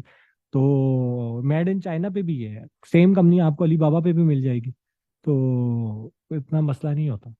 लेकिन जरूरी नहीं है कि वो कंपनी अली बाबा पे ऊपर हो, ये जरूरी नहीं है। चांसेस हैं लेकिन जरूरी नहीं। सर ये तीनों प्लेटफॉर्म्स में कोई हम प्रोडक्ट मंगवाते हैं तो हमें कोई कस्टम लाइसेंस भी होना चाहिए। नहीं नहीं, अच्छा, जो सोर्सिंग है, सोर्सिंग का जो तरीका है वो आपने करना ये है कि अगर आपने चाइना से प्रोडक्ट मंगवाना है तो दो तरीके होते हैं। सबसे सिक्योर तरीका ये है कि मैं आपको एजेंट्स बता दूंगा पाकिस्तान में, ठीक है। आपने खुद सोर्स नहीं करवाना, आपने उस कंपनी के थ्रू सोर्स नहीं करवाना। आपने उस एजेंट से, लेट सपोज 50 kg का आपका प्रोडक्ट आ रहा है, तो आपने वो खुद उस कंपनी को नहीं कहना कि यार ये आप मुझे भिजवा दो, आप इसके पैसे चार्ज कर लो। एक तो वो पैसे बहुत ज्यादा चार्ज करते हैं, दूसरा ये है कि वो प्रोडक्ट अगर कस्टम में फंस जाएगा ना तो वो कंपनी भी कुछ नहीं कर सकती। वो आपको कहेगी यार आपके कस्टम में फंसा हुआ है, आपके ये डॉक्यूमेंट्स हैं, जाकर आप ये डॉक्यूमेंट्स हैं, आप जाकर कस्टम से निकलवा लो। आपने एजेंट को ऑनबोर्ड करना है। एजेंट का काम ही ये होता है कि वो सारा दिन ना प्रोडक्ट ही चाइना से मंगवा कर पाकिस्तान में डिफरेंट कंपनीज को सोर्स करवा कर दे रहा होता है, वहां से लेता है, यहाँ पर देना होता है। उसमें प्रोसेस ये होता है कि जिस तरह मेरा मैन्युफैक्चरर है, वो मेरे प्रोडक्ट में उसको एड्रेस दे देता हूँ। मेरे एजेंट्स, मेरे पक्के 3 एजेंट्स हैं, मैं उन्हीं के साथ काम करता हूँ। तो मैं अपने एजेंट का जैसी प्रोडक्ट रेडी होता है, मैं अपने एजेंट का एड्रेस दे देता हूँ कि यार ये प्रोडक्ट ना चाइना में इस वेयर हाउस में पहुंचा दो। और साथ ही अपने एजेंट को मैसेज कर देता हूँ कि भाई मेरा प्रोडक्ट ना ये कंपनी है, ये इस वाली कंपनी से ये वाला प्रोडक्ट आपके वेयर हाउस में आ रहा है। वो ओके कर देता है, ठीक है आ जाता, भेज दें। मेरा जैसे ही प्रोडक्ट उस कंपनी में उसके वेयर हाउस पे पहुंचता है, वो मुझे खुद ही बता देता है, अली भाई आपके प्रोडक्ट्स मेरे पास पहुंच चुके हैं, इस तारीख को 10 दिनों में बाय एयर अगर आने हैं तो ये 12 दिनों में या 13 दिनों में, इस तारीख तक आप तक ये चाइना से मैं पाकिस्तान पहुंचा दूंगा, आपके वेयर हाउस तक पहुंचा दूंगा। वो अपने वेयर हाउस से लेकर मेरे वेयर हाउस तक पहुंचाना उस एजेंट का काम होता है। वो 13 दिन 15 दिन के अंदर मेरा वो प्रोडक्ट पहुंचा देता है बेसिकली। और यही उसका एजेंट का या काम होता है। तो इसमें डिफरेंट कंपनीज हैं। आपने जाकर carriage company from China to Pakistan वो भी चेक कर सकते हो, freight forwarder from China to Pakistan आप उनको भी चेक कर सकते हो। तो एजेंट्स को भी चेक, फ्रेट फॉरवर्डर एजेंट को भी चेक कर सकते हो, और कैरिज कंपनीज को भी चेक कर सकते हो। और ये जो है वो मेरे वाले चाहिए होंगे, मैं आपको अपने वाले दे दूंगा, लेकिन वो बड़े मतलब बड़ी क्वांटिटी के साथ काम करते हैं। उनके अपने कंटेनर्स आते हैं, उस कंटेनर्स पे काम करते हैं वो। ये 10 किलो 15 किलो 20 किलो पे केजी पे काम नहीं करते। वो कम से कम आपका प्रोडक्ट 200 kg से ऊपर हो तो वो तब मंगवा कर देते हैं। तो एक कराची का है, एक मेरा इस्लामाबाद का है। इस्लामाबाद वाला तो अपनी वो मंगवाता है, उसका नंबर मैं नहीं दे सकता क्योंकि वो नहीं करता, वो फ्रेट फॉरवर्डर नहीं है या कैरेज कॉन्ट्रैक्टर नहीं है। वो बेसिकली अपनी शिपमेंट्स मंगवाता है और मैं उसके साथ बहुत पुराना काम करता हूँ, तो वो अपनी शिपमेंट में मेरा सिर्फ सामान रख के ला कर देता है, और किसी का सामान नहीं लाता वो। तो एक दफ़ा मैंने पिछली बैच में उसका नंबर शेयर कर दिया था एक दो लोगों के साथ, और उसने मुझे कॉल की, गली भाई आपका सामान लेकर आता हूँ और किसी का नहीं लेके आता, मेरा नंबर ना दे। तो उसका कांटेक्ट नहीं दे सकता। जो कराची वाला एजेंट है जो करता ही ये काम है, उसका एजेंट नंबर फराज भाई नाम है, मैं नंबर शेयर कर देता हूँ।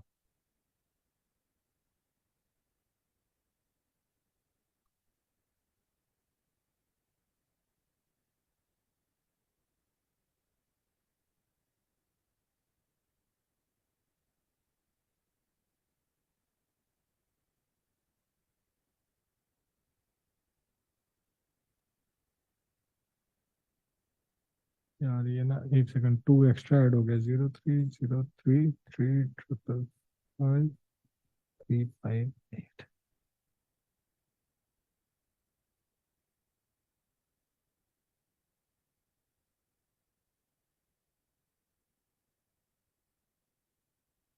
नंबर मैंने उसमें शेयर कर दिया।